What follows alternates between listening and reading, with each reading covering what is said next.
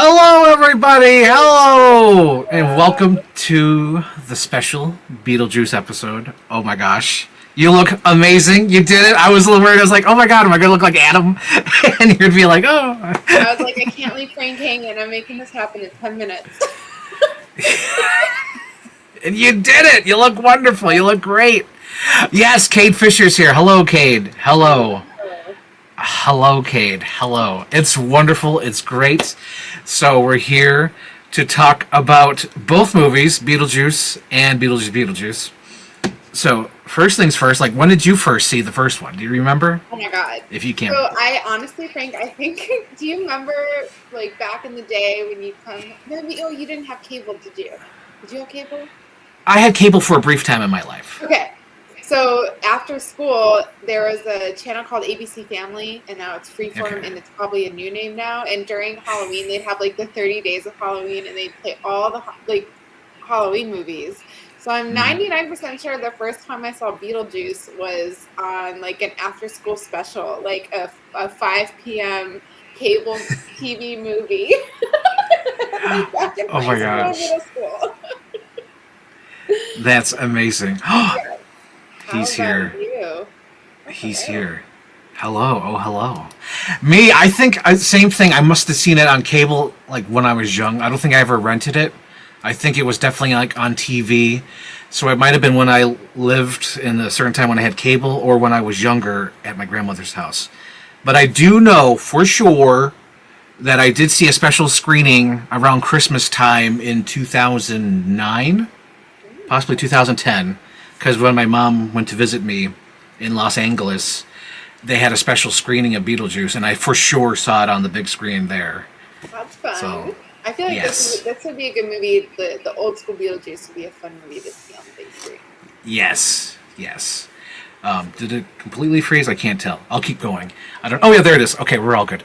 All right, yeah. But yeah, it's always been there, and it's one of those movies that slowly I realize like it's become like my all-time favorite. Ooh. A few years ago, I went to make a video just to focus on like Edward Scissorhands and Beetlejuice, and then I realized I'm like, why not do all the Tim Burton movies? So I did a Tim Burton filmography video, and it's like one of my best videos I've ever done, in my opinion. I was like, oh my god, I love this video, and I ended up meeting Gina Davis and Alec Baldwin, I believe, all this year. Might have been starting last year and this year. Yeah, it was last year because I think last December. Oh my gosh. Anyway, it's been so close because I only started going to that Steel City Con, and that's where I saw both of them. And it wasn't together, but they were there at separate times, and it was so cool to see Alec Baldwin because I dressed like the character Adam. And same thing with Gina Davis, where I dressed as the character Adam. I was like, yes. Love it. Yes. So fun. So, yes. So, what is your initial thoughts on the first Beetlejuice? Like, what's your overall take on it and favorite scene and all that? So I watched the new Beetlejuice like beginning of October. So it's a little. I did a little refresher today, but I just watched the old Beetlejuice today, so it's fresh. It's just like one of those. It's one of those movies that I put it on and I'm like, why don't I watch this every year? Like it's just such a good feel good like sweatpants cold day movie to watch. Let's see, and I was trying to pay special attention. Some of the stuff I really liked in the movie that I was noticing is like all of those little moments in between. Like honestly, my favorite scene. This is so stupid. There's a part when what's her name, Delia is renovating the house, right, and like putting all the stuff in it, and then there's just one like camera shot of like the house, and then like it's the backhoe, and it's just digging like this, like two arms. Oh yeah, it's digging, and it's like shooting out dirt. Yeah, and I'm just like, oh my god, I don't know what it is. I just love that, like that little vignette of like quietness, and then like Talia just like destroying this like old home and like making it all modern art, and but it's the other thing that I really enjoyed is I feel like Gina Davis had just a moment in time. Like you had Beetlejuice, you had A League of Their Own, and then you had Stuart Little, which was actually the first movie I always was Yeah. so it was really enjoyable to see her on the screen, like being so young again. Hmm. Oh yeah, yeah, she's great. Like, I think she started with Tootsie, the Dustin Hoffman movie.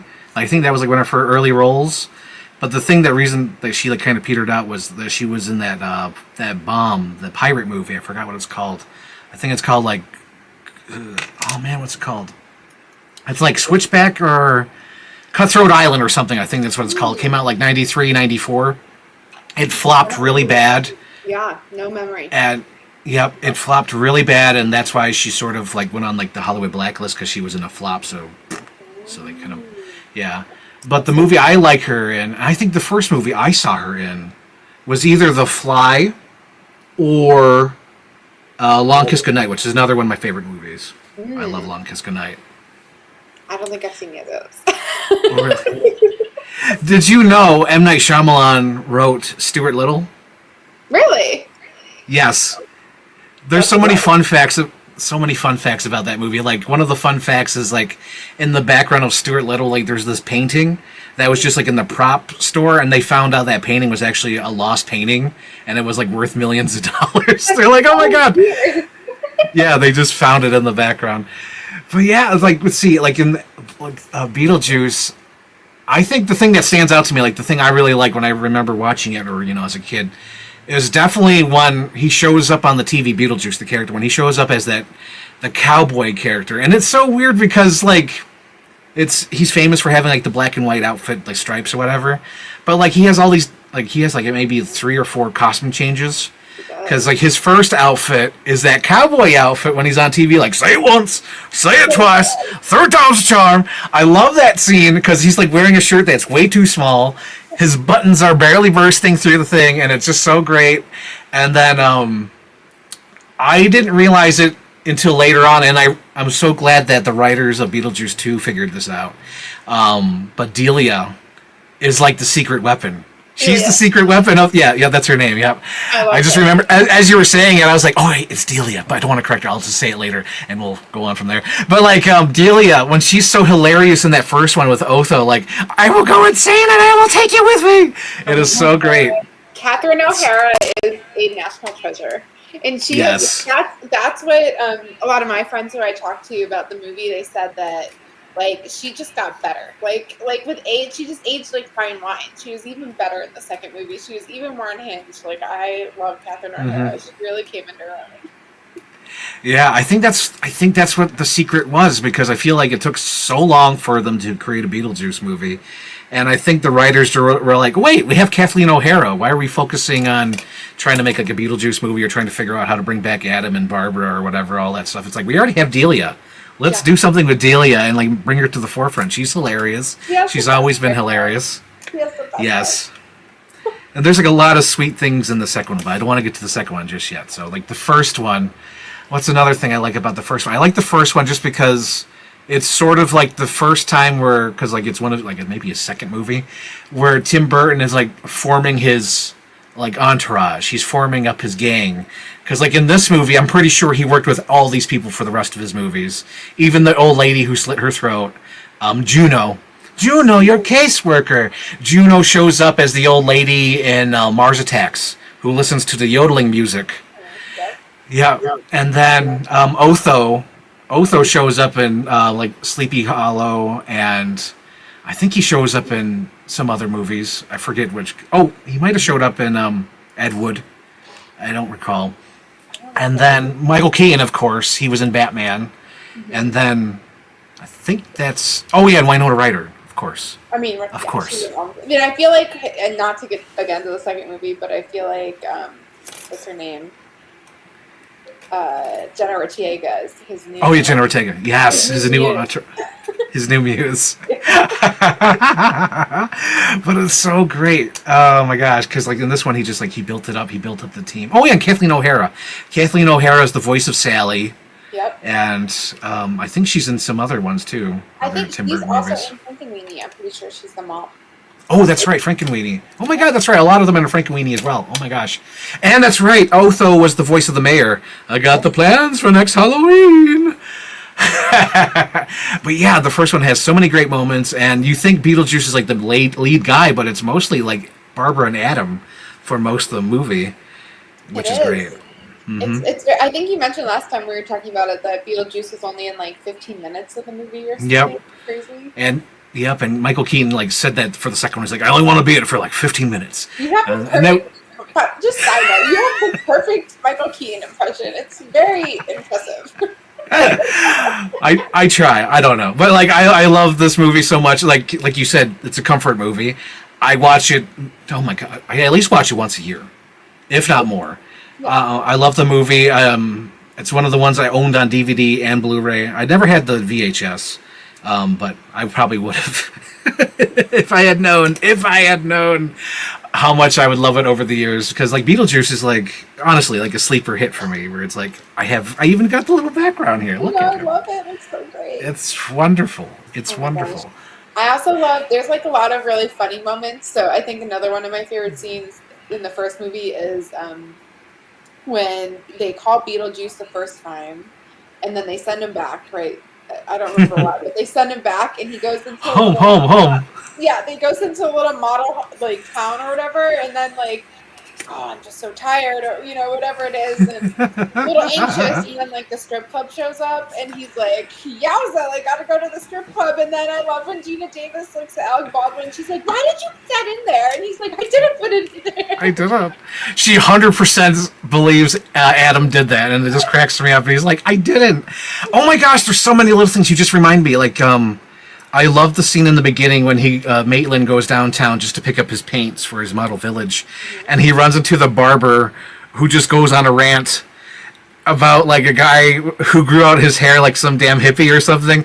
Hilarious. And I don't know if you knew this, probably not, but like there's some production photos where there was an alternate ending where Beetlejuice is in the lobby and that barber died somehow in between the movie, and the barber was supposed to be in the lobby, ranting, but they changed it to the shrinking head, which I think it works anyway. It's like it's perfect. Bob.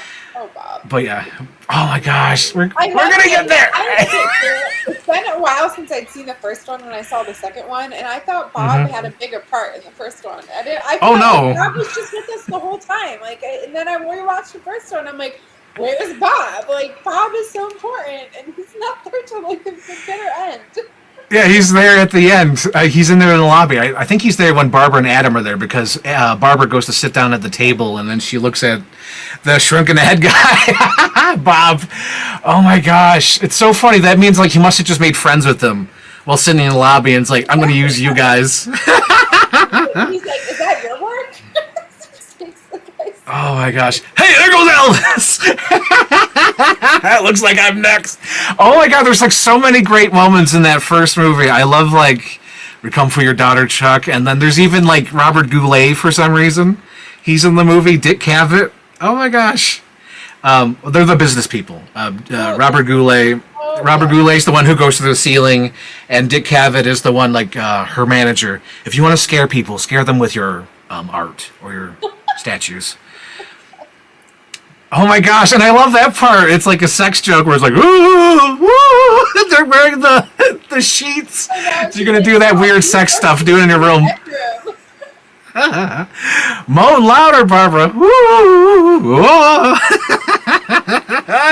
It's so hilarious because Winona's just sitting in her bedroom and she's just like, stop it. Oh my gosh. And just all the little moments, honestly. Like, I love when they go to the closet, Otho and Delia, and they open it up and there's Barbara, and they completely ignore her and they move her out of the way. It's just wonderful. Oh my gosh. I forgot. I know the sister is famous. The one who's trying to sell the house. I forget what character she is. Oh my gosh. So there's another movie she's in. Oh my gosh. Beetlejuice. James Murphy is the name of the character. Yeah. House seller. Oh my god. Please come up. Please pop up. No. Stupid Bing. Oh my gosh. Bing is the first thing that pops up and it's just the worst. It takes you too literally. It's like, you want to buy the Beetlejuice house? It's like, no, I want to find out who's in the movie. Oh my... Dang it, I'm trying to remember so bad. Anyway, like she plays a character in the movie, and she's trying to sell the home. And I remember, like, later on, I was like, I know her from somewhere. Okay, it's Jane Butterfield. Annie So, McEnroe? okay, there we go. Annie. Who is she from? I know her from something. What? Come on, man. I thought it was something actual. Like, it doesn't pop up. It just says Wall Street, and that's the only thing I know. Crisscross. Dang it. I thought she was from something. I thought she was, like, in another Beetlejuice movie or something. Not another Beetlejuice, but you know what I mean? Like, Another like Burton movie? yeah, like another Burton movie. Like it. Darn it. That's okay, Frank. I'll forgive No, it's not okay. you. It's okay. It's not okay. I'm gonna cry. It's not okay. Anyway, jam-packed cast, love it, and I love how it's a mixture of everything that's Tim Burton. You have like the stop motion, you have like the black and white stuff, you have like the German aesthetic hallways and whatnot, the Lost Souls room. You know, oh my gosh, Sarah, like I always had an idea for the sequel because so much stuff happened with this first movie. Like you have Otho, he's passed away. You have the father who has some, issues. He can't be on screen. And then, like, you have to deal with the age of Winona Ryder, Alec Baldwin, and Gina Davis. My idea was for the sequel that they should do stop motion. And that since it's stop motion, you could deal with, like, you could replace the actors with sound-alikes, and then you don't have to deal with the age. And then you can even make it bigger. And my idea was always that somehow someone takes over the Lost Souls room. Because I thought that was so interesting. Like, build on that. Like, what is the Lost Souls room? I want more world building of the afterworld. Yes, I love that. They did a little bit. They did more in the second. Yes, which we'll get to. But I want to give the first one a little bit more love, like a smidge more love. Just a smidge. And then, oh my gosh, of course, all the singing, which actually gives me an issue with the sequel. But the first one, they're all singing. Mm-hmm. It's Adam and Barbara's idea, which makes sense. Mm-hmm. So it doesn't quite make sense that it's Beetlejuice's idea in the second one. Yeah, that is weird. Yeah, that's my only flaw. Do you think he's like trying to like maybe we're going a little deep here, but like maybe like Beetlejuice is kind of like slummy and like he's a demon, right? So maybe he's like trying to pawn off the idea as his own, right? Like he wants to take the credit for the idea. Probably, I think so. Kind of like, oh, they did it at work. Let's do it again here. I will give them the pass though, because I think my all-time favorite moment from the first Beetlejuice, like every time I think of Beetlejuice, it's like my top tier, probably my number one favorite moment, is when it's at the wedding, and it's him and oh god, what's her name? Oh no, it's not Delia. It's oh god, what's her name? Why am I forgetting? This is terrible. Ortega? No, what's her face? Lydia. Oh my god, Lydia. I can't believe her Lydia. Okay, so he's standing next to Lydia at the wedding thing, and he like covers her mouth and then does her voice. Yes. I, Lydia Dietz, a sound mind and body. Yes, I love that man of mine. I love that part. It's like my top favorite moment because it's so creepy, so swarmy, and he does that little like, yes, I love that man of mine. So that the ADR that Lydia did, Winona Ryder, is so perfect. Because it matches up with his lips so good that it looks like he's really lip syncing. Oh my gosh. Anyway, the first movie is just amazing, and it's everything. I also love in the wedding scene, he like gets the ring from the dead woman's finger, and then I was like, oh, is that his wife from the second movie? Is that? It is. She's missing the finger. Is she? Oh, yes. So good. Yes. Yep, in the sequel, that's her. That's the wife. She's missing the finger. I was like, ooh, that's her. But yeah, like, it's so great. And they did like these little things, a little bit of world building. I like the Juno. I like how all the people who committed suicide become social workers in the afterlife, like Miss Ortega. I totally missed that. How did I miss that? How'd you miss? Well, I think there's a line. Otho says it. Otho says, rumor says that whoever kills themselves become social workers in the afterlife, and then in the afterlife, everyone who works in that social office, like she slit her wrists, Miss Ortega or whatever, Argentina, that's who she is, Miss Argentina. She killed herself. She slit her wrists, and then the guy who's a little flat, he ran out in traffic. Yeah. I've been feeling a little flat, so that's why. And then Juno has that slit on her throat because she killed herself by slitting her throat. And then there's all the people who are hanging because totally they all missed that. Oh my god. because that's how they died. Not again. Yep. Yep. So that brought me a little confusion in the second one, but I guess there must be just like regular jobs. Maybe. So because time went on. Maybe I don't know. Yeah.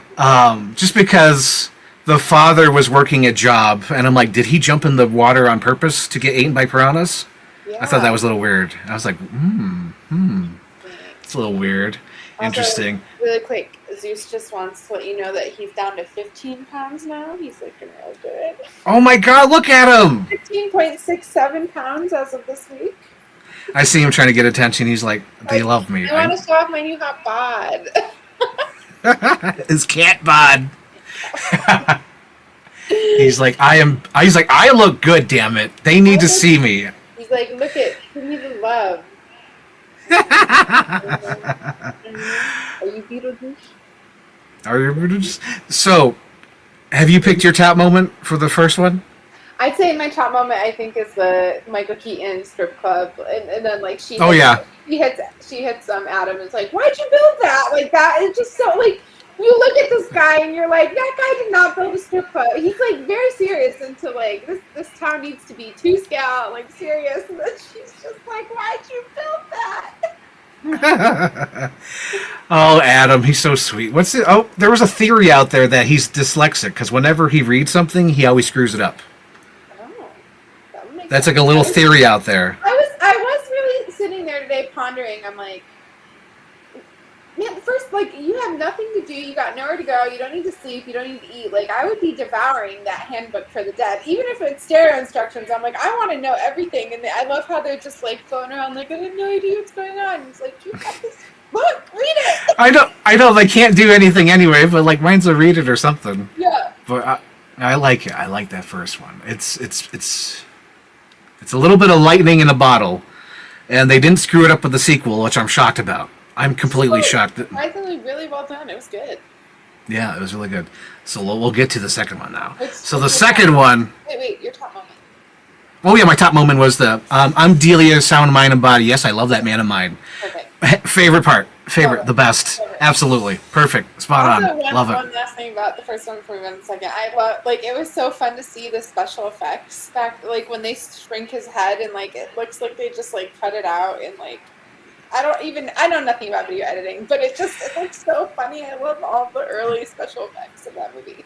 Oh, God, and they carry it on to the next one, which I really love. But yeah, that first one, it's perfect. It's wonderful. They have everything. They do all the things. They do claymation, stop motion, models, like literally models, and then even with that, I think that's like a video optic. They shot it on video, so that's why it looks weird. It's a video optic. It's not done on film. Like it's done like on like VHS or tape, rather than film. So that's why it looks weird. How did they do it then? Do they just cut it out of the film strip and then? Yeah. Well, let's see. So like the background is film, but the head going small is definitely like a video effect. So like the video, they probably had like green screen around him, and then put it on there. So it's like two different things. That's why it looks weird, because he has like the little like green screen bleed on his head, but that's because it's from video. They filmed it on video for some reason. I don't know why. Maybe it was just easier, cheaper. Because that one's definitely like a low budget movie. You could tell. Yeah. One location, they're all there on that set. Only a handful of people. But they get it done. It's wonderful. I love it. It won like some awards too, didn't it? I'm sure it did. Let's see. Let's pull it up. Pull it up, Jamie. Accolades at the awards. Best makeup. It won for best makeup. Oh, that's awesome. And then it won nominated for best visual effects and makeup for the British Academy Awards. Well, that's cool. It won the Academy Award for makeup. Yeah. So little Barbara here, she won for best makeup. Love that. So I like when they try to do all the things with this. They don't know how to be scary, which I love. They absolutely have no idea how to be scary. They're just like the cutest little Midwestern couple. Just like yes. Happy homemakers. Hang on, what's Shane Ford got to say? Burton is in Mars Attacks mode with Beetlejuice 2, if that makes any sense. Mars Attacks mode. I'm sure it'll click. It'll click with me. I don't know what that means, Shane. I'm really trying to think. Because with Mars Attacks, I feel like he doesn't give a damn. He's just having fun, and he's doing anything. So maybe that's what you mean. That he doesn't give a damn with Beetlejuice, but he's just having fun. Which might be the case. Because the plot... We'll get there. Okay, we're there now, guys. We're in full... We're Beetlejuice mode. But, like, let's be honest. The plot isn't that great, but everything around it, everything that's in it, is fun. And it doesn't matter about the plot. I think that's the thing. Because everything gets wrapped up real quick. Mm-hmm. It doesn't really matter. It's just you're having fun, and that's what it's most important. Like, you're having fun with these people. Because that boyfriend, you can clear... Like, you know the boyfriend is dead. You know it. Like, she crashes through the fence, and he's like, I haven't left the house, you know? I didn't know it right away. It took me a little longer than I wanted it to take me. I knew something was off, but I'm just like, what's happening here? Sarah. Oh, my gosh, Sarah. The minute he says, my parents won't care about the fence, I'm like, oh, this guy's dead. And then when he gets in the house, you don't see the parents' faces. I'm like, yep, they're dead. And then you get upstairs, and there's that... He's like on the top floor, right? So he's got that flat wall. I'm like, that's where they're going to draw the door. Because like, there's nothing on that wall. I'm like, he's going to draw the door. Although, I do think the Jenna Ortega character should be doing more watching of movies. Because in this movie, she thought he looked like Rebel Without a Cause. And I'm like, girl, he's Arnie Cunningham from... Christine. He's not Rebel Without a Cause. Oh my gosh. Anyway, Sarah, I don't know if you know Christine. Have you ever seen Christine? I haven't. Okay, so it's a John Carpenter movie based on a Stephen King movie. And in the movie, there's this kid who he becomes obsessed with the car. And he has like these dark circles under his eyes, and he wears a black shirt with the red jacket. And in this movie, the guy has like dark circles under his eyes with the red jacket and the black shirt. I'm like, that's Arnie Cunningham. This opportunity. Yes. What's Philly version say? I get where you're going with Shane. Yeah, I think so. I think he's having fun. He's having a blast, but he doesn't give a shit about the plot. I think that's what Shane is going with. Because Beetlejuice, not Beetlejuice, Mars Attacks, fun movie, but the plot is kind of bullshit. You haven't seen Mars Attacks? No. Oh, we've talked about this. Well, you have to see it, Sarah. Okay, well, at some point. But have I seen this? I feel like I've seen parts of this. You must have at least seen parts. They must play it on cable all the time. Parts of this because Julia Roberts is in it, right? No. No, who's in it? No, Julia Roberts. It's Sarah Michelle Gellar. Oh no, is it Gellar? No. It's the horse face. What's her face? Sarah Michelle. Hocus Pocus. What's her name? Oh, Bette Midler. The other one, the blonde, hot one. Oh, Sarah Jessica Parker. Sarah Jessica Parker. There you go. Yes. I'm like going like this. I'm like Sarah Jessica Parker. Yeah, she's sort of part of the... She's technically part of the Tim Burton group because she was in Ed Wood and Mars Attacks. So that's cool. Who else is in it? Michael J. Fox, Jack Black, Tom Jones, Danny DeVito. God. Jackie Brown. Also, I really loved the connection between the first... I didn't realize there was a janitor character in the first movie, so when I rewatched it today and there was like a janitor who was like 6 doors down or whatever, when they're like looking for the doors and they enter the door of the Lost Souls or whatever. And then I love that Danny DeVito was the janitor in the new movie. It's adorable because, he's just there for fun. He's like, I love my friends. I'm going to put my friends in this movie. And it cracks me up because they stick with that whoever works in the social worker or whatever is suicidal. Because he hates his job and he still thinks he's trying to kill himself with that drinking the bleach or the soap. He can't do it. He can't die anymore. Oh my gosh. That intro, though, like, it's so cool how she falls out the boxes and it's playing the song that's actually in the trailer. Usually they don't. And it's like, it's a tragedy! Great. And I do like they keep with sort of that retro thing, because, like, the first one, it's all the Harry Belafonte songs. With this, it's like all the songs from the 70s, including the Soul Train. And I'm like, that's wonderful. That's great. Okay. I remember being so excited with the Beetlejuice when it's stop motion when they showed the dad die. I was like, yes, they're doing it. I love Dahlia. No, I can't say her name. Delia.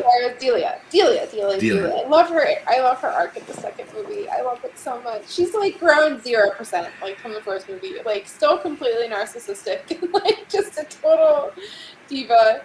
And then like I guess she's grown a little bit. Like her and Lydia's relationships evolved. But I just love that, like, up until the last bitter moment, spoiler alert, like, she dies and she's just like, I look terrible, and her husband has, like, no head, like.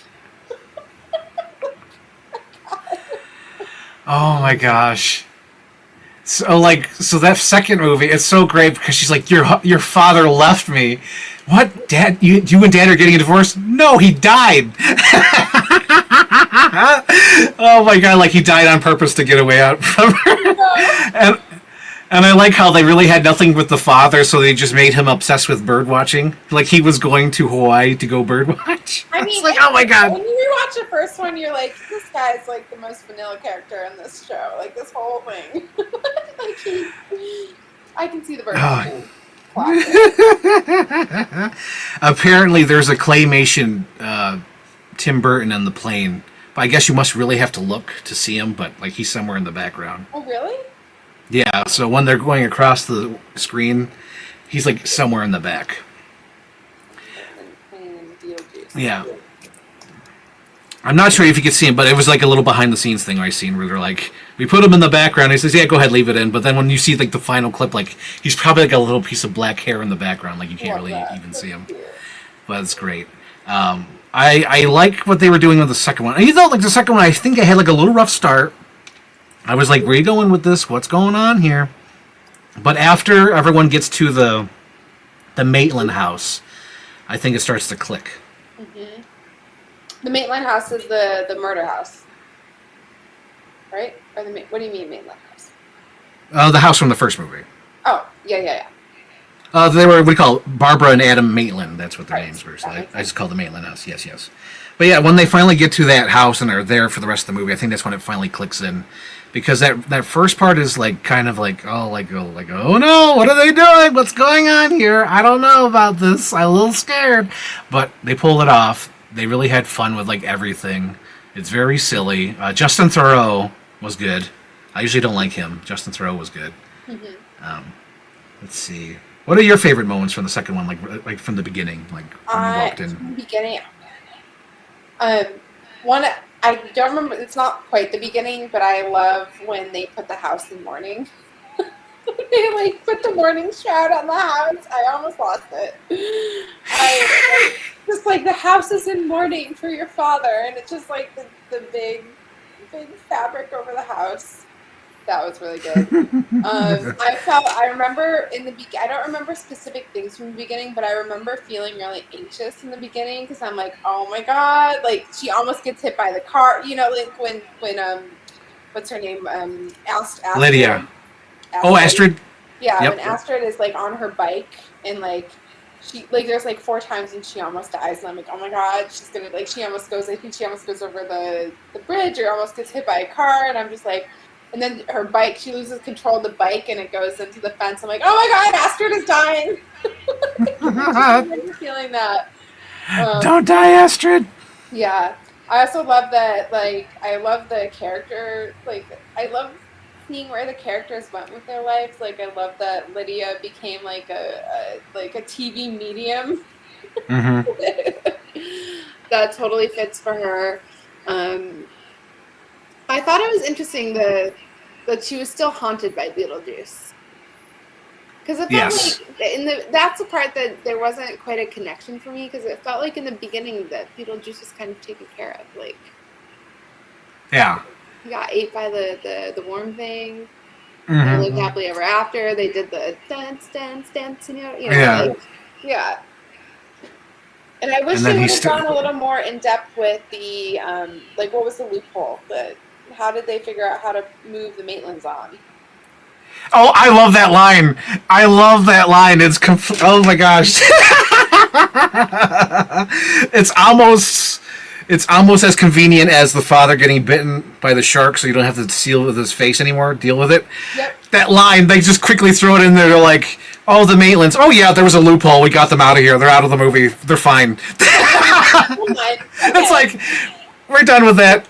And it's so funny because they seem like they're like, oh, like they're the parents or whatever. Yeah. But it's so great with the sequel. It's like, fuck it, no, they're fine, they're good, they moved on. Oh my god, I want that story. It's so funny because I watched the show Red Letter Media Half in the Bag where they do like a review show, and they both praised that the sequel wasn't about like Adam and Barbara like moving on and going like, we were your parents and like we were there for you and you're like the daughter we never had and we're going to move on and we're going to do this. They're like, we're glad it had nothing to do with that. We're glad it was just a different adventure. Move on from that.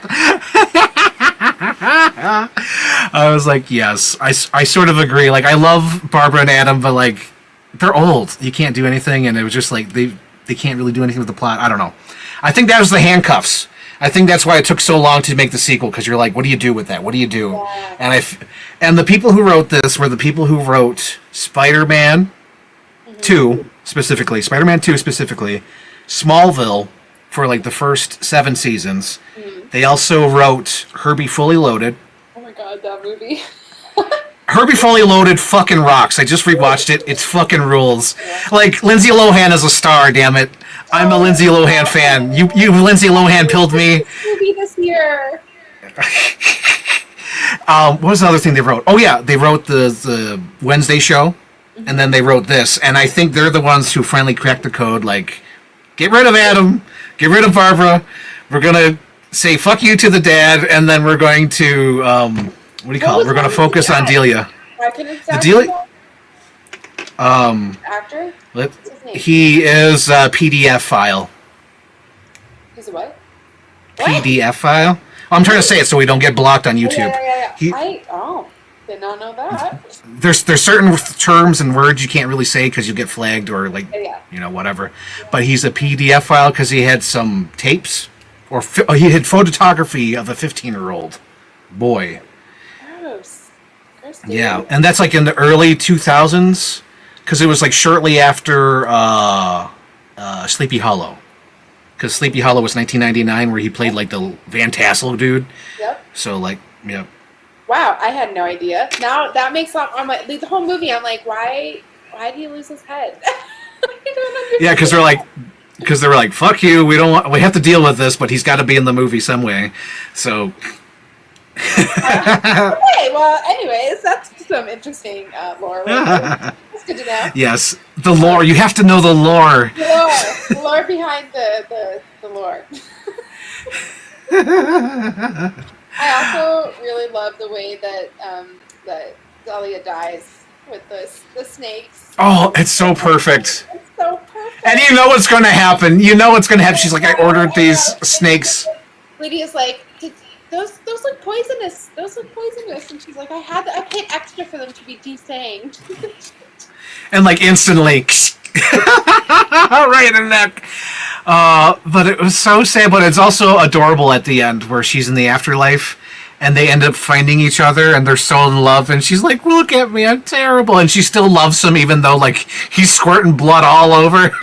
And she's like, oh, I found you. I was like, oh, that's sweet. Where the soul train goes? Where's the soul train going? It goes into the after. I bet it's all claymation there. It would have to be, I would assume, if you're going to do it. Something different, conventional, like something going on there. We call it.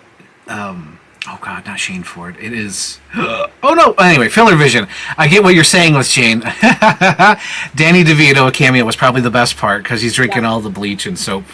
Yep. And then love the flashback for how weird it got. Black and white being dubbed. The chickens. Love that sequence a lot. Oh yeah, that's like straight out of like there's like an old foreign filmmaker that he completely stole that from. I love it. And then Night Shift is underrated. Michael Keaton. Ooh, I've never seen Night Shift. That's like his first movie, isn't it? I think it's like his first movie.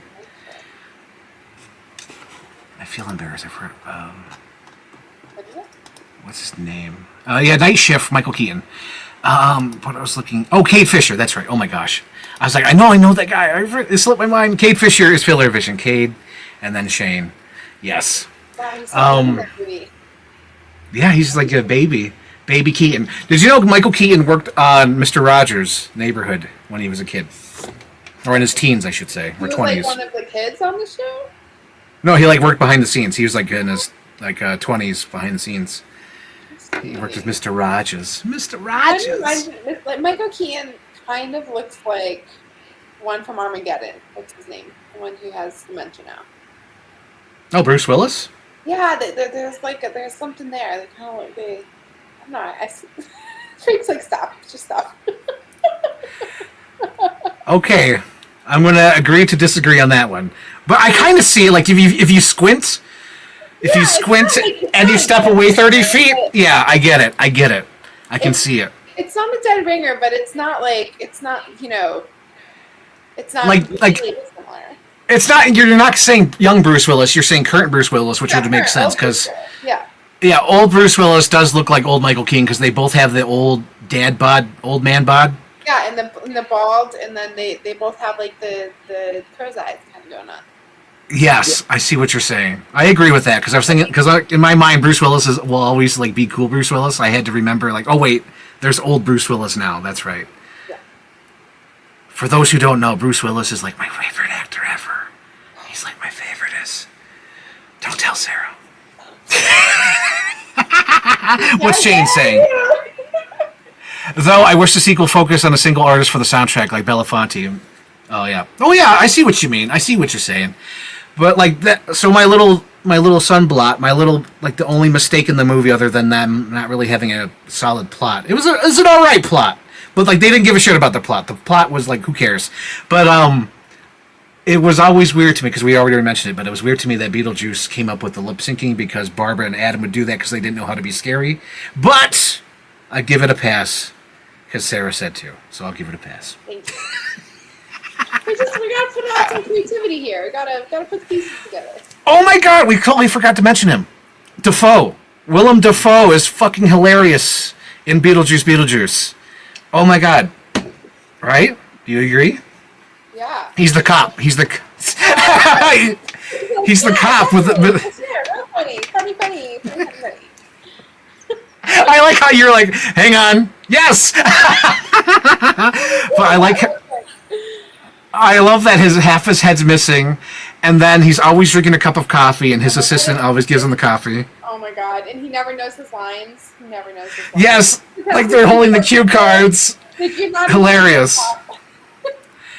Oh my gosh! And like it's like because Tim Burton is so nostalgic for his childhood of 50s, 60s, 70s. I love like all the cops are like straight out of like Chips.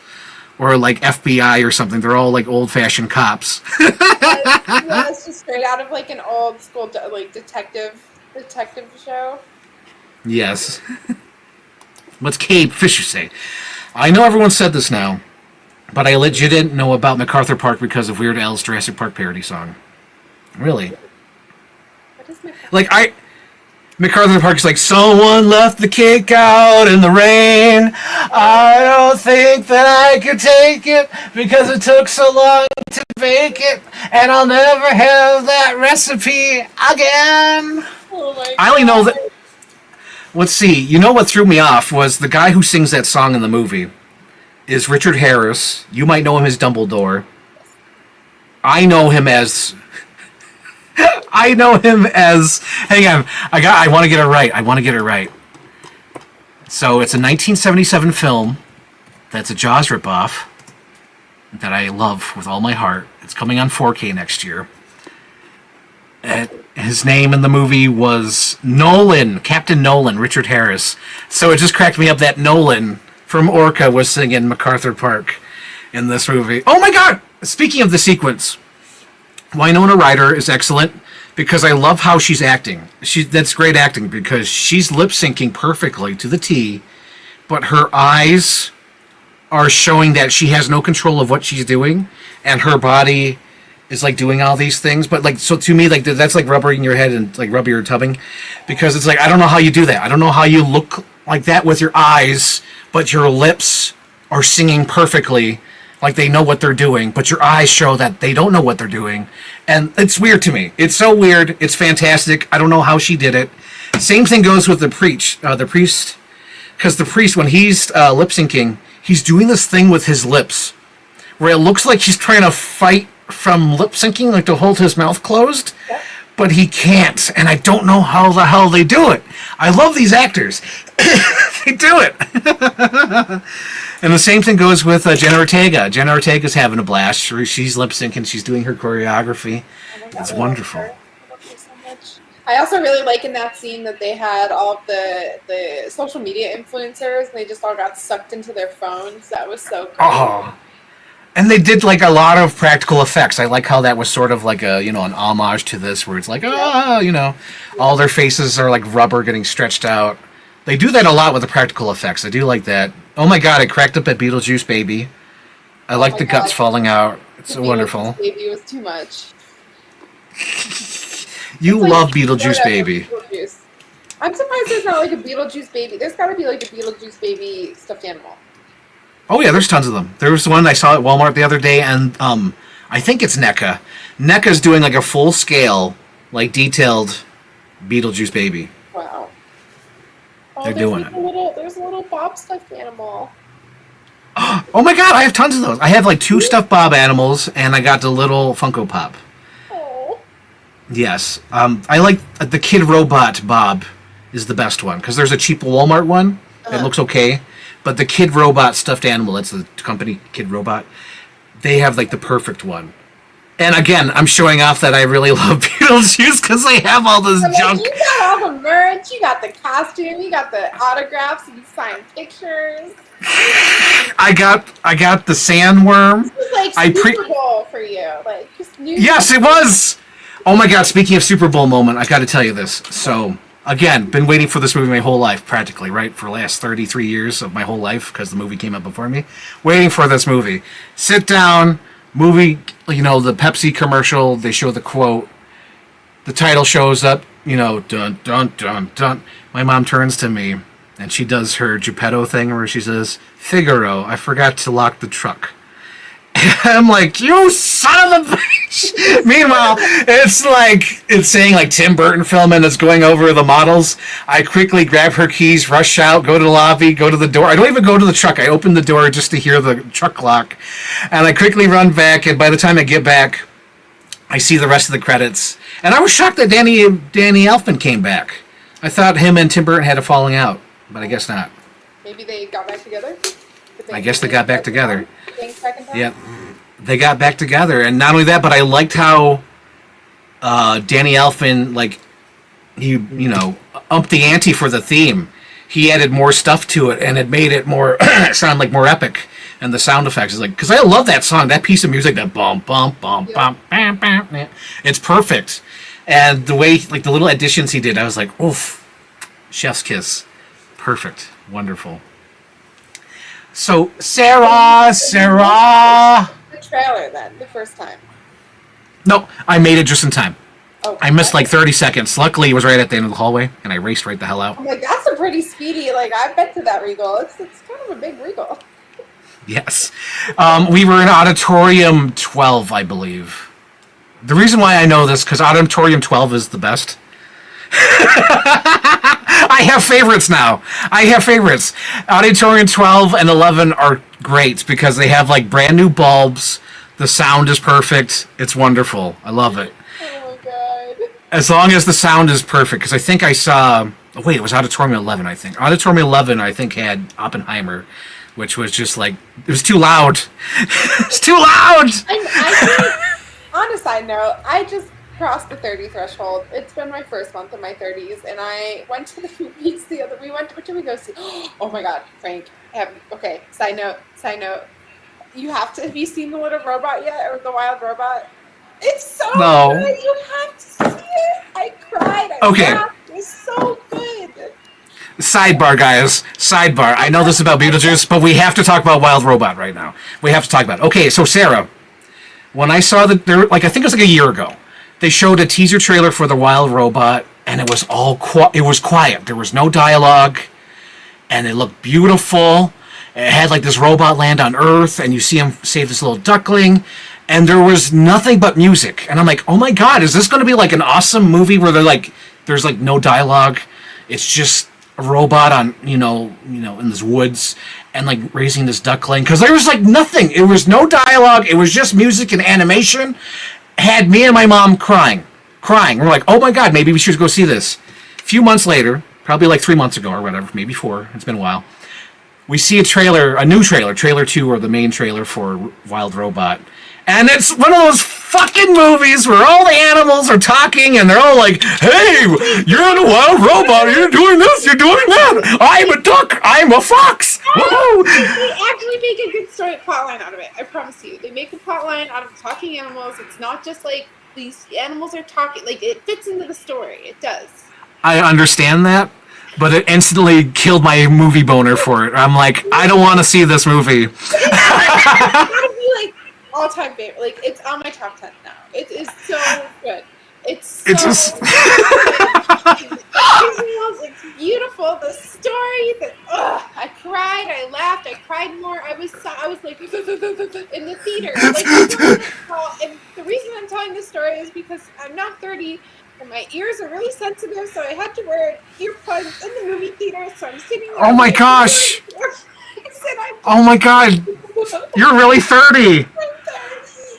You're 30, Sarah! We don't love movies anymore! Like, sorry, do you have any earplugs from work? Because he works at the gym. He's like, let me look. And we're digging through the bag. And oh my god! And you're like a little kid at like a demolition derby holding your hands to your ear. Oh my gosh! I'm just sitting there, bright orange earplugs, like in the theater, just like, look at that. Yes. Tell Frankie has to go see it. You have to Cade Fisher. Here's the thing. I know, like, even like my top friends have like approved. Like Anthony, Lantern, and Ray. They went to see it. They loved it. I think Kirk saw it. Cade, I trust Cade. But it's just I have a when I saw those. I have to watch it in November. In a future episode. Well, here's the thing, Sarah. Here's the thing, too. Here's the thing. I cry at every movie. No, I'm not even shitting you. I cry at every movie. I cry during Twisters. I cry when little Javi comes in to save the day. When what's her face? When little Daisy goes out in her truck and little Glenn Powell is like the love of his life is gone. I'm crying. I'm crying in Maxine. I'm crying in Smile 2. Smile 2, I'm fucking crying because the whole movie has to deal with like internal like depression and mental shit. I love it. I'm crying my eyes out. What did I just see recently where I was crying? I know I just cried recently. What the hell did we just see? Oh god, what movie? Damn, it just came. Oh, Saturday Night Live. The Saturday Night Live movie. I want to see that so bad. Is it good? I cried, Sarah. I cried. And it's like I know the movie. You need to take. You need to take some. I want a montage of Frank cries in movies, and just like record yourself crying. I want a montage with like a movie trailer montage. You can like watch me like on my live streams where I'm talking about Batman the Animated Series, and I'm fucking crying. I'm like the tragedy of Harvey Dent gets to me from the animated series. Oh yes, Sarah. Okay, for those who are those watching. I started watching the Batman animated series just because I'm like, I got to do it. And I told Sarah, I'm finally watching TV. I burned through all 3 seasons, Sarah. It's like 85 episodes. It's insane. It's great to have something you can just commit to for a while, like really get into. And it's like it was okay because I know they're 30 minutes. Yep. I know there's only 3 seasons, and I know it's mostly good. I don't have to watch 10 seasons. I don't have to watch hour-long episodes. I kind of want to dive into Frasier. I have the box set of Frasier, and I love Frasier. You like Frasier? I love Frasier. You never got into Frasier? I love Frasier. Like when I lived in Into what? I never got into Seinfeld either. I couldn't do it. Ah, Sarah. That's all I watched when I had Netflix. Remember you made me get Netflix? That's all I watched on Netflix was Seinfeld. Remember that book? God damn it. Oh my gosh. I might have to get Netflix again because apparently that Sabrina Carpenter is doing a show, and it's like I want to watch her show. I want to watch Sabrina Carpenter. She's like doing like a live show or something. Really? Yeah, that's Sabrina Carpenter. Like I know her one song, Espresso. And on Twitter, they always share photos, which always cracks me up because her photos are like right up on the stage, you know. And I think yesterday, finally, someone shared a photo of what the concert really looks like, and she's like this big, and like the whole room is full of people. I'm like, oh my god! So I've only been seeing people who are like in the front row, because like her show seems like so small and simple. Like she doesn't have a huge set. It's like a little thing. And probably 5 dancers, and she's dancing. So seeing this whole like auditorium full of people, and she's just like a little like Alice in Wonderland, half a centimeter. T Swivel, Taylor Swift. I don't even know any of her music. I've been under a rock for the last 30 years. I'm okay. Yeah, I don't. It's like almost impossible to like just leave your house and not hear Taylor Swift these days. It's possible for me because I don't hear it. I don't. I'm very impressed. I don't hear it because I usually listen to my Spotify, and I don't listen to the radio. And whenever I do listen to the radio, it's Sabrina Carpenter. Hey, look at me, looking at you. I'm your espresso. That's all they play. All they play is espresso.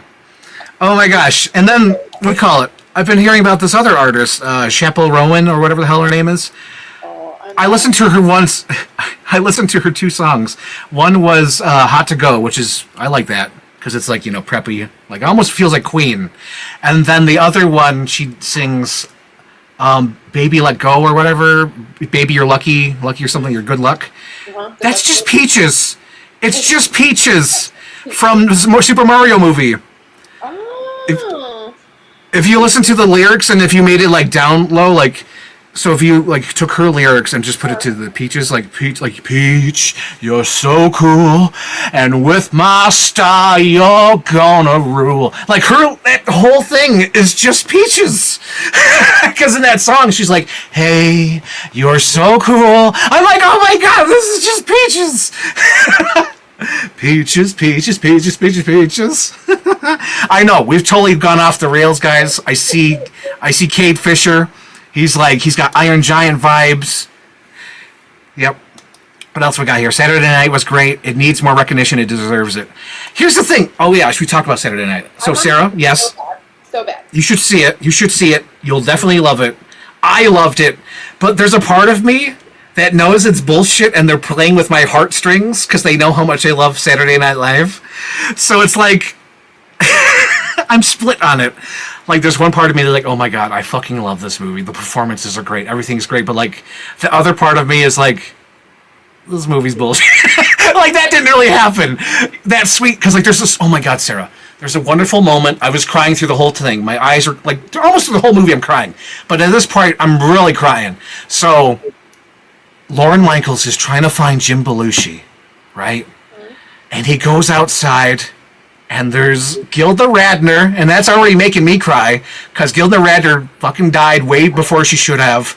And so Gilda Radner's there, and she says, I found Jim. And Jim Belushi's on the ice rink. I'm going to cry right now. He's on the Rockefeller ice rink. He's skating. And then Gilda Radner's talking about being nostalgic for a moment that you're living right now. Like, you don't know that you have to be nostalgic for... Oh my God! You're making me cry because they both died way too young. Like, oh my God, Sarah, there's an interview with Bill Murray that makes me cry. They ask him about Jim Belushi, or John Belushi, right? John Belushi. And he's like, the thing that was wild to me, because he's talking now, he's like, old man Bill Murray. He's just, the thing that's wild to me is Jim or John. John has been gone as long as he's been alive. John has been gone. I was like, oh my God, we're getting there. I was like, no. So seeing this movie, so seeing these people on screen, alive again, played through other actors, it just made me, like, it got to me. I was like, oh my God. But in the back of my mind, I'm like, this fucking didn't happen. This scene didn't happen. No one's talking about nostalgia for living in the now, but it still got to me. If anybody were to talk about nostalgia for living in the now, it would be you. That's like the most Frank Beasley statement I've ever heard. I know! It is! Because she's like, you're living... In the moment you're living right now, you don't know you're going to be nostalgic for it, like, you know, tomorrow. It's like, oh my God! That's totally me! And it's so good, Sarah. The movie Saturday Night is so good. Definitely. The guy who, like, there's a lot of performances where I forget that they're being played by the actor. Like the Chevy Chase guy is Chevy Chase. The John Belushi is John Belushi. The one that was insane, where I'm like, oh shit, like I had to shake my head, like, oh my god, that's right, that's not him. It was the Dan Aykroyd, the guy who's playing Dan Aykroyd, Dillian O'Brien. He was so good in it. I was like, oh wait, that's right, that's not Dan Aykroyd. I had to shake my head. And then the other one that like really got it, like the style, was J.K. Simmons. He was playing he's playing that actor. Damn it, I'm trying to remember his name. J.K. Simmons. Damn it, I'm trying to remember. He's playing that comedian. It just slipped my mind who that comedian is. Damn it. Oh my god, it's bothering me. Where is it? Where's his filmography? Come on, help me out here. Performances. Oh, come on. Finish. Here we go. 24 Saturday Night. Milton Berle. Yep, there we go. J.K. Simmons as Milton Berle really got to me too, because he really had the mannerisms. Yeah. I was like, holy shit, because I only know a little bit about Milton Berle, again from my show Red Letter Media, but like that little bit I know about Milton Berle, he fucking did it in Saturday Night, and it was so good. Oh my gosh. All right. Oh my gosh. This is my next weekend. That's what I'm doing. I'm going to see it. You're going to see it? Good. Yeah. Go see Saturday Night. Let's see what got Shay. What does Kate Fisher say? Batman animated series holds up. Adam West's episode is moving. Oh my god, that one had me crying too. Jesus Christ. So Adam West plays the Grey Ghost in the episode, and it's so sad because he's basically playing himself. Where he's an old man actor and he can't get jobs because everyone remembers him as the Grey Ghost. And he's selling off his merchandise and whatnot. And there's a scene where Batman interacts with Adam West, and Adam West is like, I'm not the Grey Ghost! And Batman turns to him and says, yeah, that's definitely true. You know, like, yeah, you're not my hero. But then at the end, Sarah! Oh my gosh, Adam West finally releases all of the lost episodes of the Grey Ghost, and he's doing a signing, and Bruce Wayne shows up, and he says, because earlier in the episode, Batman says this. Batman says, the Grey Ghost was my hero. I always watched him with my dad, and he's still my hero. So then, at the end of the episode, fucking Bruce Wayne says the same thing, just to let the Grey Ghost know, like, hey, I'm Batman. He's like, I used to watch the Grey Ghost with my father. The Grey Ghost was my hero. What else we have here? Cade says Juno and Taste are good Sabrina songs too, but yes, espresso is everywhere. You cannot escape espresso. No. I'm actually going to make a music video with espresso. Send it to me. I want to see it. Yeah, I'll do. Right now I'm currently copying the movies, but I'm going to use Nightmare on Elm Street because when I was listening to the lyrics, I'm like, oh, this is perfect for Freddy Krueger because you're thinking about me. I'm going to play you like Nintendo up and down, left and right. And like the espresso and all that. Like there's this guy who's always calling me and then the tongue on the phone. Perfect. It's perfect for Freddy Krueger. I got to do it. I got to do it. So anyway, let's get back on track. Sarah, let's get back on. We've driven off the freeway. We went through the cornfield. We went with the Maitlands off of the bridge into the water, transformed into new. We went to Sandworm Land. Yes. It's been 3 hours. We're also in the Playmation plane crash. We were in the lobby for 3 hours, and then it's been like what do you call 3 months since the Maitland. Oh my gosh! And now we're back here. In this moment. And now we're back in this moment. Welcome back. I guess we really haven't talked about Jenna Ortega. What do you think about her in the movie? I love her.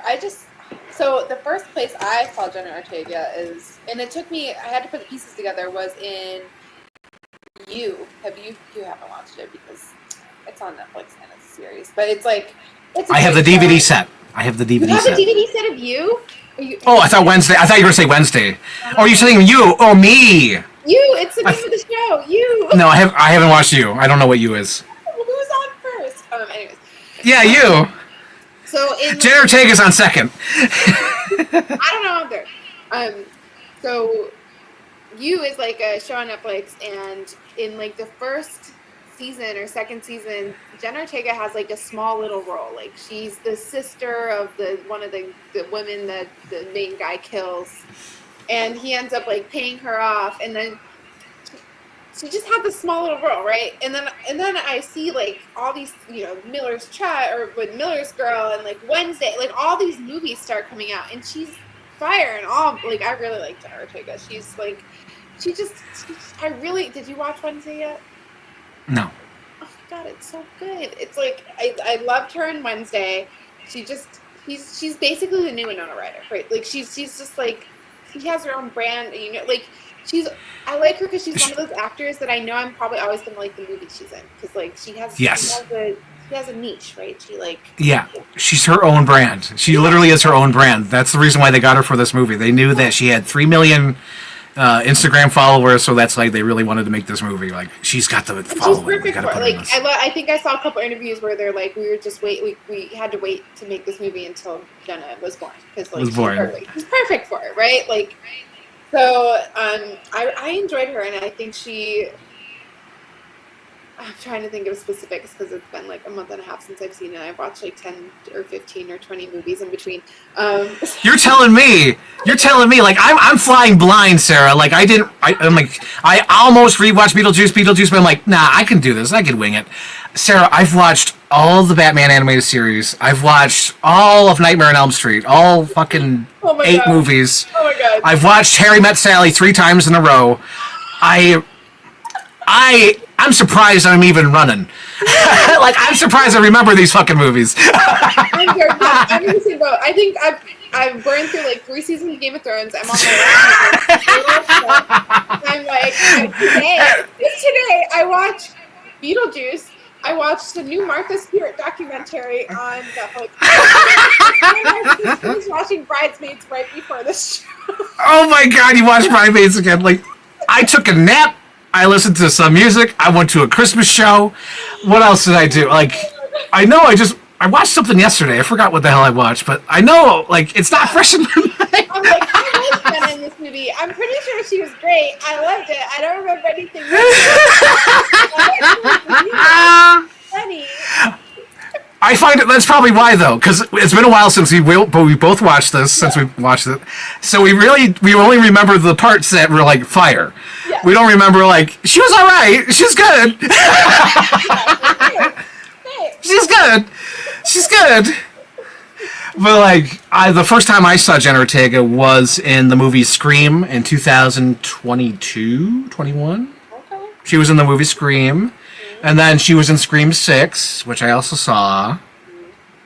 And then I was a fan for life after those 2 movies. She's so pretty. I love her. Yeah, she's just great. She's the greatest. I just recently got I got a Wednesday doll. I don't want to open it because there might be one day where she does signatures and I'll be there. I got really excited because she like, I think she was in You, and let's see, what year was she in You? 2018. So like, it was like, I think it was one of her first roles. Oh, she's been a child star. Yeah, she was like on that show, Ugly Betty, or what's that show with Ugly Betty where she gets pregnant? Oh, Jane the Virgin? Yes, Jane the Virgin. She was on that show. Yeah. Stuck in the Middle. Interesting. Okay. Yeah, she's been working. Sometimes, but I just got really excited because I remember seeing her in You, and then I was like, is that what it is? And then I had to go back and look, and I figured it out, put it together, but it was great. It was great. I just realized that's why Wild Robot's fresh in your mind, because you just seen it. It's the best. It's the best. I liked it too, because like all the movies you recommend me are like all the ones I intentionally skipped. Because like the other one you recommended to me, which was I intentionally skipped because I'm like, I'm not gonna see that, and it was Blink Twice. You're like, you gotta see Blink Twice. It was so gut-wrenching and anxiety provoking. I was going to give it a chance, but then I found out they broke up, and I'm like, no, I don't want to see it now. That Channing Tatum and Zoe Kravitz, they broke up. When? They like literally like last week, and I'm like, what the flip? They played with my heart, Sarah. They did a Criterion Closet. I love the Criterion Closet videos. Uh-huh. They did one together. It was so cute. It was so special. I'm like, you guys won me over. I'm on the team. I might give Blink Twice a chance. And then they broke up. I'm like, fuck them. I'm not giving anything if they did a chance. Their love's not real. Their love's not real. I don't blame you there. Honestly, the movie, it's we have enough anxiety in our lives. We don't need to manufacture anxiety. No, we don't need to manufacture anxiety unless you're watching Saturday Night Live, which is great. That whole movie's anxiety. It's like the 90 minutes before the showtime, so it's like all theater where everything's falling apart. So I should do some deep breathing in advance, is what you're saying. Yep, bring your headphones, bring your pillow, bring your blanket, bring your little brown paper bag so you can breathe. It's gonna be fine. Theater, we just moved, like, this is the first time in my life. I live like a 5-minute walk from a movie theater. It's really fantastic, and you don't have them. Isn't that the best? Oh my gosh. Have you heard of the Alamo? Yes, they have special screenings there. Yeah, so that's where I live 5 minutes from the Alamo, so it's like a really fun theater to go to too, and you can get dinner and drinks, and so I always bring I bring a big scarf and I pretend I'm like at home on my couch. It's the best. Yeah. So you got to bring all the things. You got to go see Saturday Night, and it's gonna be scary, Sarah. So be careful. Can't wait. So, Rosenbaum. Rosenbaum for the first movie. Yes, let's do that. I'd say it's a solid. I'd say like a 2 roses. I'd say both of them are 2 roses. Maybe like the first one. Oh, keep going. Oh no, go ahead. Finish your thought. I want to hear yours first. No, you first. You first, Sarah. You first. I've been talking this whole time. You first, Sarah. I've been blathering about Batman animated series and Saturday Night. You first. And wearing earplugs in the movie theater. I think the first one's a 2. I think the second one's. I think it's a 2. I'm like between a 1.75 and a 2. Let's just give it a 2. Mm-hmm. Like we need to give it more time. I think. Yeah, it needs time to simmer. It's like chili. You know, like it's good when you first make it, but I feel like it's one of those movies that'll get better. Yeah. So the first one I'm definitely giving a 3 because it's lasted this long. It was the little movie that could. It launched the career of Tim Burton, basically. So that's a 3, automatically. Second one, though, like, the plot... that's the thing that kind of kills it. It's like, the plot is so much, there's so much shit going on, and they wrap it up so quickly, that has it lose points. But you're having so fun with the singing sequence, with Defoe being the cop. Even the wife gets, like, wrapped up real quick. Like, the wife is, like, this threat. And then she's, like, done. It was real fast. I like how she's, like, this threat. She's, like, killing every... Oh, yeah. Again, Bob. We got to pay respect to Bob. Bob was the GOAT. Bob colored his hair. Bob did not give in. He could have given in. He could have gave out Beetlejuice, but he didn't. I know. So, Bob. And Bob's suit, the striped suit. They're all wearing the striped suits. So good. Oh, Bob. So, anyway. Also, Bob got, like, a little, like... character credit at the end. It was just Bob. It's funny too because I think I haven't heard it yet because I got to wait to the physical release. I'm not going to get the digital release, but the physical release apparently Tim Burton does a commentary, and he's like, "Fuck Bob. Bob's dead."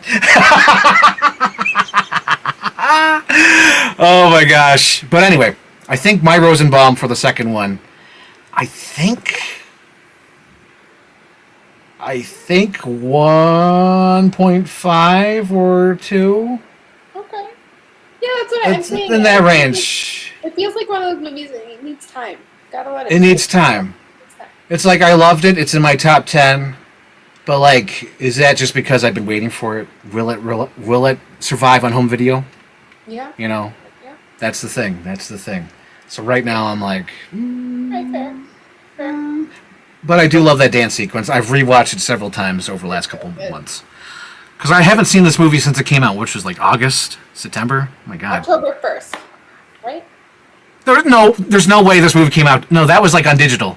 I'm talking about in the theater. Like, when did this come out, Sarah? Did I see it at the beginning of September? I thought I saw it at the beginning of October. It might have been September. No, I think you saw it October. I saw it like a long time ago. Yeah. Okay, Sarah, where is Sarah? It'll be New Jersey. I saw it. Oh my God, I saw it in August. God damn. Yeah. No, wait. You're really like, I'm impressed. Yeah, September. Wait, September 6th when it came out because I took that day off. I took the day off because I wanted to get the sandworm bucket but apparently the theater only ordered 6 of them, so they were gone on Thursday. Oh. They were gone like Wednesday. So luckily the Regal, on the Regal.com, he could pre-order the Sandworms bucket, so I'm getting it in like January. Oh, nice. But yeah, I saw it in September when it came out that Friday because I wanted to get the bucket. I wanted to get the cup because I have the collector cup. I have the little thing on top. I got the popcorn bucket book. And you have your Mean Girls cup. The limit does not exist, Sarah. The limit does not exist. And Sarah, please, I know you probably have Disney Plus. Hopefully it's on there, but please check out Herbie Fully Loaded. I do have. It's like a tight 90 minutes. It's got Lindsay Lohan. It's got Michael Keaton from Beetlejuice. Yep. It's got Breckin Meyer from Nightmare on Elm Street, Freddy's Dead. Uh-huh. It's got Justin Long. Well, I love Justin Long. It's got Matt Dillon. Mm-hmm. It's from the writers of Beetlejuice. Loaded cast. A fully loaded cast. It's wonderful, Sarah. Please check out Herbie Fully Loaded. That movie is fantastic. That's a good segue. I already know what my movie next month is. Oh, God. Oh, God, Sarah, no! Please, no, Sarah! No, Sarah! No! No, Sarah! Sarah! Sarah! We can do robot theme, we can do no theme, but it's still Wild Robot. I need to talk to you about it. You knew this was happening when I text you at like 11:30 at night on a Sunday, and I'm like, you have to watch this movie. You have to watch this! You have to watch this! Oh, my God. But Sarah, we're always texting at like 11:30 at night. I'm like, Sarah, is the show tomorrow? And you're like, yeah, it's at midnight. We're real professional, guys. We're professional. Oh, yeah, that's the thing too. I'm like, oh, because like we agreed on the show. Yeah, November 3rd. We're fine. And then we're usually supposed to text. So like the day before, I'm like, are we okay? You're like, oh no, I was like, oh shit, we should have texted. We should have texted afterwards. Oh my gosh. Oh my God, Sarah, we gotta watch Wild Robot. We're doing it. It's happening. You're gonna love it. Men's Warehouse. You're gonna love the way you look. I guarantee it. Oh my gosh, Sarah. Okay, Sarah. So I guess I have no other option, right? I got to pick a robot movie. I mean, we could get creative with theme. We could also do no theme and then like see if we can make a theme out of it. Like, oh yeah, like we did with the early episode because we did it. No, that was like a theme because it was favorite movie. Oh God. Because right now I'm thinking what Cade said. Just do Iron Giant. Or maybe we could do Wall-E. Wall-E. What else is out there? Maybe I can make you. Maybe I can make you watch Maximum Overdrive. I don't know. Force you to watch something that you don't want to watch or shouldn't watch. Or like once every 6 months, like we're forcing each other to watch movies. Oh my gosh, what can I force you to watch? Where you'll be like, "Ew, God." You're gonna watch Wild Robot and you're gonna be like, that was a douchey move because this is a good movie. I know it's gonna be. It's one of those frustrating things. Oh yeah, so Sarah, it's the perfect example, and it's true. So there's this movie called Ford versus Ferrari. Oh my God, yes, I love it because Katarina Balfe is in it, and I haven't seen it, but Katarina Balfe is Claire Fraser in Outlander, and I fucking love Outlander, so. So, for the folks at home, Ford versus Ferrari, Matt Damon, Christian Bale, directed by the guy... Who? Katarina Balfe, the main... Oh, yeah. And then it's the guy who directed Walk the Line and Logan. And when I saw the trailer, I'm like, fuck that movie, because it's going to be good. I already know it's fucking good. It's already making me upset. I hate that movie. It's going to be good. So finally, there's nothing in the theater, right? And me and my mom want to go to the theater. We're itching. We're like, we want our fix. Get our fix, right?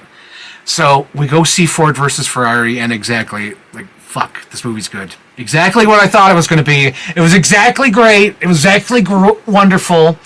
It was the best movie ever, and I knew it. Knew it. So I have the same feeling with Wild Robot, even though it's all like, I'm a fox, I'm a squirrel, and we're going to talk with a wild robot. Okay, Sarah, we'll watch. You're like, I cannot find. Well, we can't have Lindsay Lohan. Wait. Sarah. What? It's not. It's Christmas. Yet. It's not Christmas. It's not a Christmas episode yet because it's November.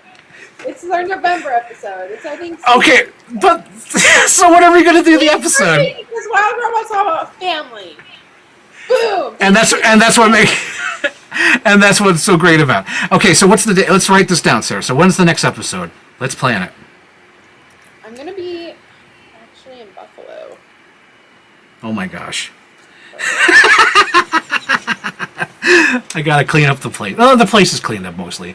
I got my storage boxes in the living room though. That's the only thing. I could do like the week of if you want. Are you working the week of Thanksgiving? Let's see. I'll probably be off that week. I'll probably take those days off. I'll probably be off that whole week. I could do like the weekend after Thanksgiving. So like December 1st? Yeah. Okay. Well, write this down, Sarah. I don't want to be like the 29th, like Sarah. Frank, Sarah, no, Wild Robot, yay. That's what I put in my calendar as. Where's all my pens? I got no pens over here anymore. Okay, so Wild Robot, Wild, on December 1st. Okay, so then What's your movie? I don't know. I'll have to figure it out. I'll have to figure it out. It could easily. Just to make it easier, here's some things you could work with. We could do family movies. We could do movies about adoption. We could do animated movies. We could do talking animal movies. We could do robot movies. Or we could do like a movie that you love. There. Now you got some themes. A movie that I love. It's not. Oh my gosh, I love that. Talking animals, adoption. Oh my god, I saw somebody post on Facebook about Stepmom, and it just made me smile. Oh, I love that movie. No, that's your job. Oh my gosh, but I gotta figure out what movie. So Sarah, since we're both here and it's figured out beforehand because it's gonna come up quick, when are we gonna do the Christmas episode? Okay, yes, good. Let's figure that out. I'm going on a cruise. Sea cruise! Oh my gosh. Hooey, baby, won't you take me on a sea cruise? But I'll be back in town on like Christmas Eve and Christmas, so I could do anytime that next week. Oh my god, did we do it on Christmas Eve once? Did we? No, we did the unboxing on Christmas. Well, still, that's the same thing. Because I think we talked... It's where it all began. Okay, so we'll do it like a quick one on Christmas. It doesn't have to be 6:30. We could do it late if we need to. If you're busy throughout the day and you have to come back at like 9 or whatever, we'll do that. Okay, great. We'll do it. We'll do it. Yes, we're doing we're doing it. We're doing it. Christmas Eve. Christmas Eve. We're taking it back to basics. December 24th. We'll hammer out the time because maybe you're busy during the day and you come back at like 6, 7, whatever. 25th? We'll figure it out. Okay. Christmas Eve is 24th, I thought. Oh, I can't do Christmas Eve. Well, I could. I'm flying home on Christmas Eve. Okay, so the 25th then. We're doing Christmas. Real Christmas then? You want to do real Christmas? Or we could do the day after Christmas. We could do Christmas Hangover. Christmas Hangover. Yeah, where it's just like those movies that aren't like memorable, like Scrooged. Like Scrooged. Okay, yeah, well, how about that? We'll do a Christmas Hangover episode. Okay, that's good. Wait, we got a Cade note. Cade keeps yelling it. New Year's episode. I guess we could do New Year's. We'll mix it up. New Year's. We'll do it up. New Year's yet. So let's. Okay, New Year's Day or New Year's Eve. Like, are we doing New Year's Eve episode? I feel like we should have plans on New Year's Eve. Like, we should be doing. We're not that old. Let's do New Year's. I'm old, Sarah. I'm 3 years older than you. No. I'm old. No. I'm old, Sarah. I want to be home by 5 p.m. because it's dark out because of daylight savings time. And I'm usually in bed by 7 because it's too dark out, and I'm like, I can't keep awake until 10. Oh my gosh. And then I wake up at midnight because I fell asleep at 7, and then... Did you wake up snoring? Yes, and then, Sarah, I wake up because I'm too cold. Oh. And that's I'm old, Sarah. I'm 3 years... This is what to expect, Sarah. Can't wait. Great. I already using my earplugs. Can't wait to figure out what else. I've actually been considering getting a pair of custom earplugs. So, yeah. 30s. Okay, so we'll text it out. It's either going to be a Christmas episode or Hangovers. Remember that from that song? I love that Christmas song. You love it? I hate it. I hate it because it's so annoying. Hangovers. 12 pains of Christmas. Bills. Sending Christmas cards. Hanging all the lights.